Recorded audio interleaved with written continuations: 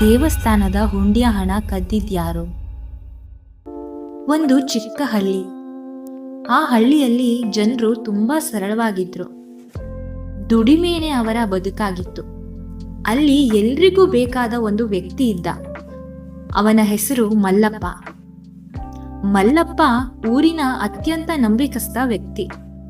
ಹಣದ ವ್ಯವಹಾರ, ಜಗಳ, ಜಮೀನ್ ವಿಷಯ ಎಲ್ಲದಕ್ಕೂ ಮಲ್ಲಪ್ಪನೇ ಸಾಕ್ಷಿ. ಜನ ಹೇಳ್ತಿದ್ರು, ಮಲ್ಲಪ್ಪ ಇದ್ರೆ ಸುಳ್ಳು ನಿಲ್ಲಲ್ಲ. ಜನ ಅವನ ಸತ್ಯವಂತ, ಸ್ವಾಭಿಮಾನಿ ಅಂತ ತುಂಬಾ ನಂಬಿದ್ರು.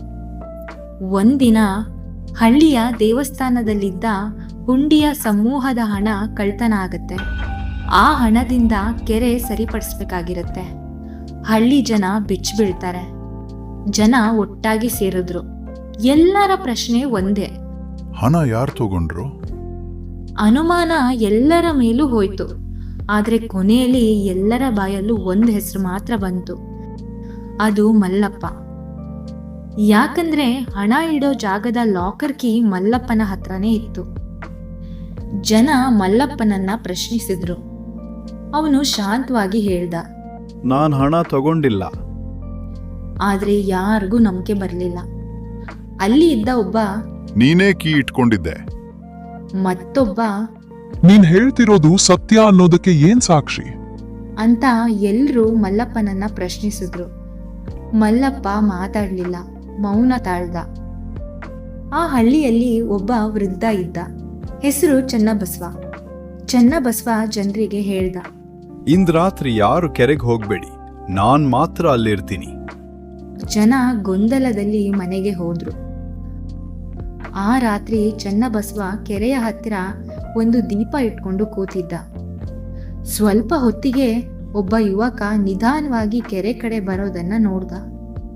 ಚನ್ನಬಸವ ತಕ್ಷಣ ದೀಪ ಆಫ್ ಮಾಡಿ ಮರ ಹಿಂದೆ ನಿಂತು ಆ ಹುಡ್ಗನನ್ನ ಗಮನಿಸ್ತಿದ್ದ.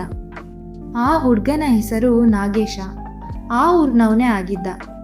ನಾಗೇಶ ಕೆರೆಗೆ ಇಳಿಲಿಲ್ಲ. ಅವನು ಸುತ್ತಮುತ್ತ ನೋಡಿ ಹತ್ತಿರದ ಮರ ಕೆಳಗೆ ನಿಂತು ಮಣ್ಣನ್ನ ತೋಡೋಕೆ ಪ್ರಯತ್ನ ಮಾಡ್ತಿದ್ದ. ಚನ್ನಬಸವ ಬಂದ್ ಕೇಳ್ದ, ಈ ಸಮಯದಲ್ಲಿ ಇಲ್ಲಿ ಏನ್ ಮಾಡ್ತಿದೀಯಾ?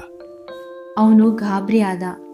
ಅಲ್ಲೇ ಭಯದಲ್ಲೇ ಅಡ್ಡಾಡ್ತಾ ಹೇಳ್ದ, ಅಯ್ಯ, ನಾನು ನನ್ನ ಕಳೆದುಕೊಂಡ ವಸ್ತು ಹುಡುಕ್ತಿದ್ದೀನಿ. ಚನ್ನಬಸವ ಶಾಂತವಾಗಿ ಕೇಳ್ದ. ಯಾವ ವಸ್ತು? ಅವನು ಉತ್ತರ ಕೊಡ್ಲಿಲ್ಲ, ತಲೆ ತಗ್ಗಿಸ್ದ.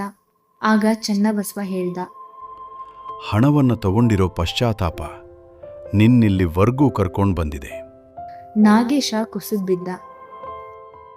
ಬೆಳಿಗ್ಗೆ ಎಲ್ಲರೂ ಸೇರಿದಾಗ ಆ ಹುಡುಗ ತಾನೇ ಮುಂದೆ ಬಂದು ಹೇಳ್ದ, ನಾನೇ ಹಣ ತಗೊಂಡಿದ್ದು.